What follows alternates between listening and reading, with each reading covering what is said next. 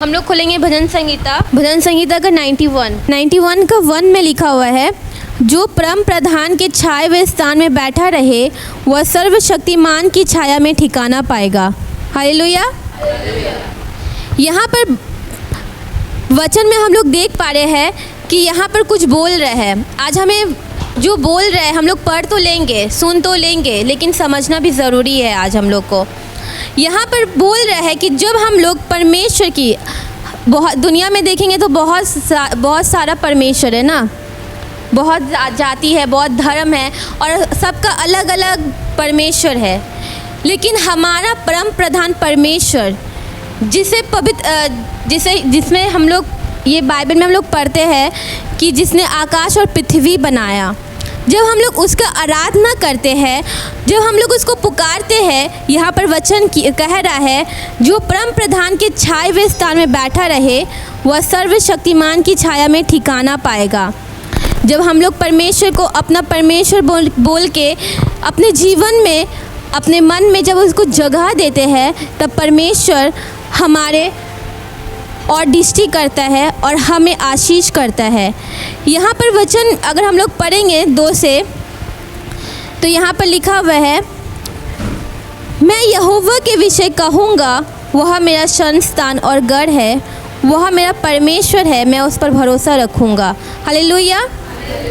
यहाँ पर वचन हमें बता रहा है कि हम लोग का जो परमेश्वर है, हमारे जीवन में जितने भी तकलीफ़ आ जाए, जितने भी जो आ जाए, लेकिन हमें भरोसा अपने परमेश्वर की ओर ही रखना है हमारा, क्योंकि वो हमारा ऊंचा गढ़ है।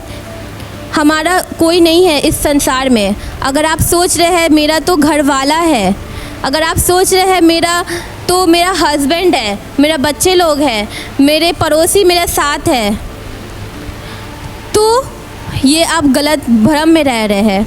क्योंकि इस दुनिया में कोई भी चीज़ परमानेंट नहीं है, कुछ भी नहीं है। अगर आप किसी और के ऊपर विश्वास करते हैं ना, तो ये सबसे बड़ा गलती है आपका। क्योंकि हमें अपना भरोसा, अपना हर एक चीज़ परमेश्वर की ओर लगाना है। जैसे भजन संहिता 91 का 2 में लिखा हुआ है, कोई पढ़े जोर से, 91 का 2।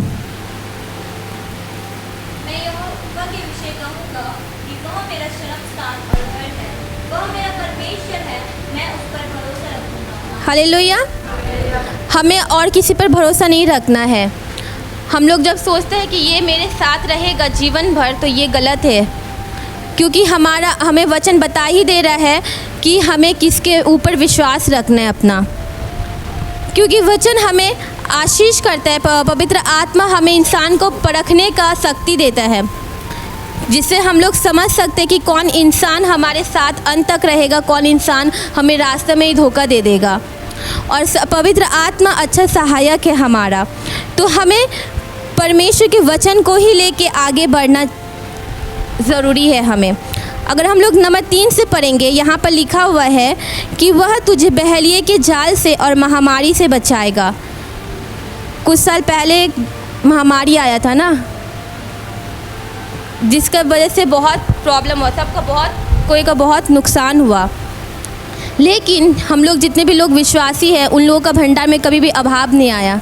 क्या आप लोग का जीवन में कभी अभाव आया? क्या ऐसा हुआ कि आप लोग बिना खाए रो रहे हैं, इसका उसका द्वार जा रहे हैं मांगने के लिए? नहीं। आप चर्च आओ या ना आओ, लेकिन आप जब एक बार परमेश्वर को ग्रहण कर लेते हैं ना, तो परमेश्वर आपके जीवन का रक्षा करता है, आपका भार ले लेता है परमेश्वर। हम लोग सोचते हैं कि हम लोग तो रिश्ता तोड़ दिए, चर्च नहीं जाएंगे। बहुत कोई है जो सोचते हैं कि हम लोग तो और चर्च नहीं जाएंगे, हम लोग तो छोड़ दिए, पहले जाते थे अब नहीं जाएंगे। लेकिन वो शायद इंसानों से रिश्ता टूट गया, चर्च का इंसानों से रिश्ता टूट गया, चर्च से टूट गया, लेकिन परमेश्वर से रिश्ता नहीं टूटा है आपका। वो परमेश्वर आपको अपनी आँखों में रखता है। वो परमेश्वर कभी पलक भी नहीं झपकाता, क्योंकि वो हमारा अच्छा चाहता है। हम लोग जहाँ भी जाते हैं उसका दृष्टि हमारे ऊपर लगी हुई रहती है। इसीलिए हम लोग हर एक सुबह देख पाते हैं, हर रोज़। कोई तो हम लोग किसी का भी कुछ भी हो सकता है ना, लेकिन हम लोग अपने इंसानों को रोज़ देख पाते कि वो जीवित है। हम लोग देख पाते हैं कि हमारे आसपास के इंसान का ऊपर प्रभु का अनुग्रह है। क्योंकि परमेश्वर का अनुग्रह हम पर है, तो हम लोग जहाँ भी जाते हैं वहाँ परमेश्वर का अनुग्रह रहता है। और परमेश्वर हमें महामारी से बचाता है। ये लाइव हम लोग मतलब 2 साल पहले जो हुआ था, महामारी आया था, उससे हम लोग अपने जीवन में जान ही सकते हैं कि परमेश्वर का वचन झूठ नहीं है। कितने कोई विश्वास करते हैं कि परमेश्वर हमारा सच्चा जिंदा खुदा है। हालेलुया। इसीलिए इतना बड़ा महामारी भी आया लेकिन हमें कुछ नहीं हुआ। और लिखा हुआ है, वह तुझे अपने पंखों की आड़ में ले लेगा और तू उसके पैरों के नीचे शरण पाएगा। हालेलुया। हम लोग अपने परमेश्वर यहोवा पर जब विश्वास करते हैं तब क्या होता है? क्या होता है? वह तुझे अपने पंखों की आड़ में ले लेगा।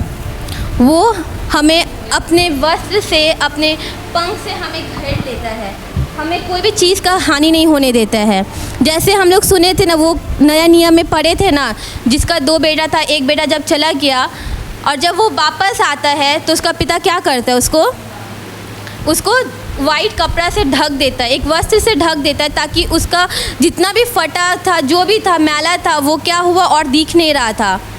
वैसे ही परमेश्वर जब हमें अपने पंखों की आड़ में ले लेगा ना, तो हमारा जितना भी गरीबीपन है, जितना भी हमारा कलंक है, जितना भी हमारा जीवन में दुख है, जितना भी धार है, जो भी है, परमेश्वर हमें अपने पंखों की आड़ में ले लेता है और हमें शिफा मिलता है। हालेलुया।